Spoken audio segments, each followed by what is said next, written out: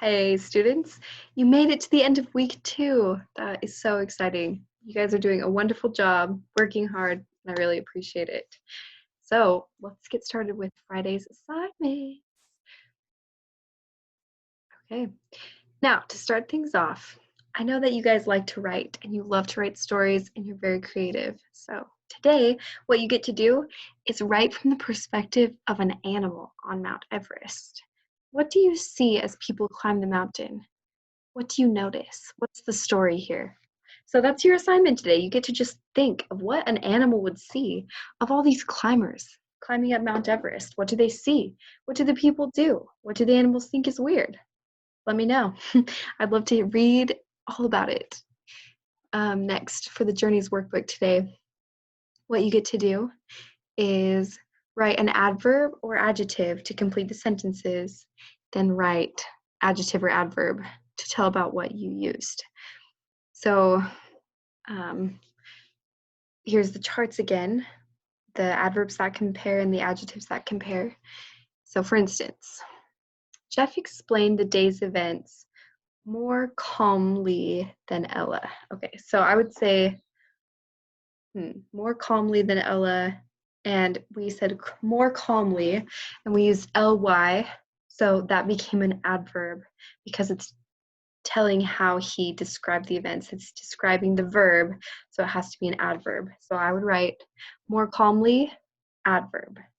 Does that make sense? You'll do that for numbers 1 through 4. And then you're going to write 2 sentences. One is going to have an adjective that compares, and then in the other sentence one will have an adverb that compares. So an adjective that compares would be something like, we'll say maybe, I am happier than I was last week because of what's going on in my life or something. So that's the one with the adjective, and then the adverb would be something like, I ran more quickly than I did last week or something. So we're just comparing with adjectives and with adverbs.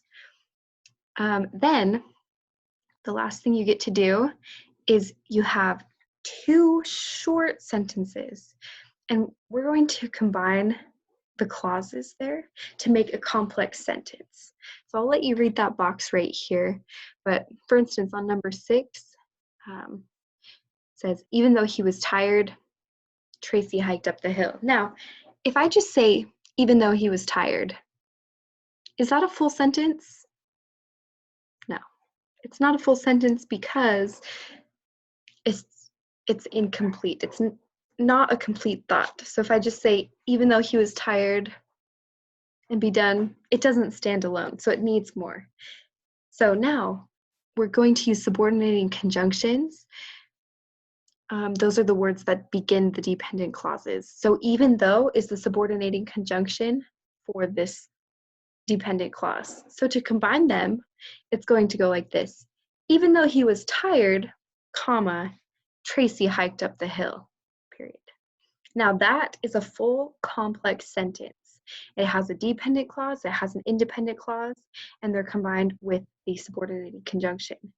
Now the subordinating conjunction is even though. It's even though.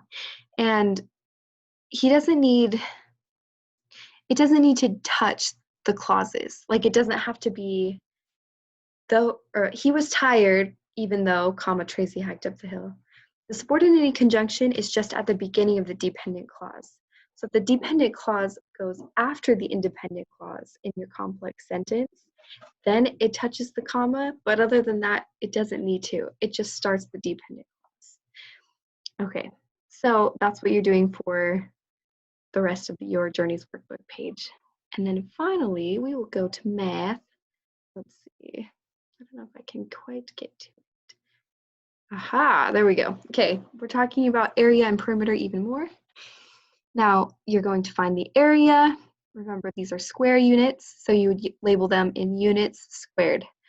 For instance, this one has 6 squares, 7 squares, and we have 2 half squares, which we know makes a whole square.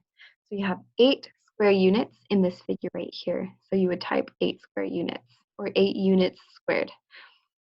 Okay, Then you have a couple problems with that. Next, Carl bends a piece of wire into a square as shown. Okay, so he has a square and I forgot to say the directions. My bad, I'll fix that before. But solve for area. So you have 8 centimeters and you'll have to figure out how much this square of wire is taking up. How many centimeters squared this piece of wire is taking up. So if it's 8 centimeters here and 8 centimeters here, we're going to multiply to figure out that it's 64 centimeters squared. Okay. And then below, which of these rectangles can he make using the same piece of wire? Okay, so you have to figure out. So this makes 8, 8, 8, 8. That makes it 64 units. Now, which one can he make using the same piece of wire? You have to figure it out. It might help to solve the perimeter as well. Okay, next you have some word problems. You have to find all the possible ways that Allie could build her pen and have a perimeter of 36 feet. So you have to figure it out below. So we have 1 and 17. Okay, it's because then we'd have 17, 17, and then 1 and 1. So draw rectangles, figure out ways that you can get to 36.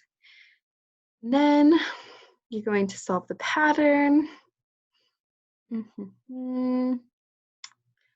Solve the pattern. Okay. So if the pattern continued, what would the area of figure E be?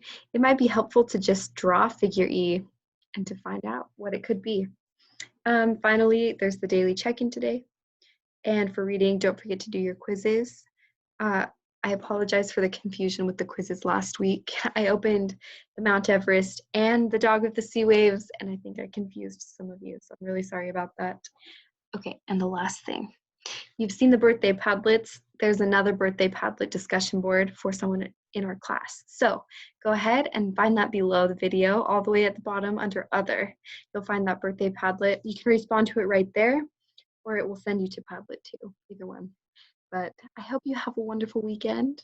And yeah, thanks for watching. Thanks for working hard. And thanks for everything you're doing. See you later.